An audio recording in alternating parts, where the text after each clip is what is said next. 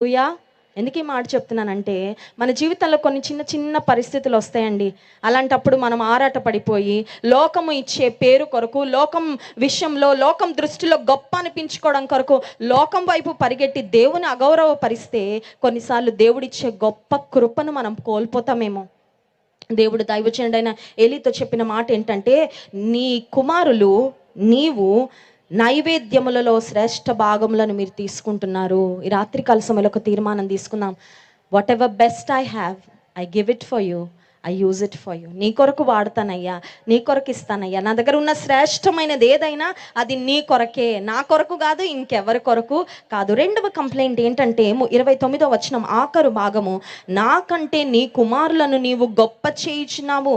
English బైబిల్లో ఏమని రాయబడిందంటే ఆ మాట, you honour your sons more than me. నీకు ఏలీ, నీ కొడుకులు నాకంటే ఎక్కువైపోయారు.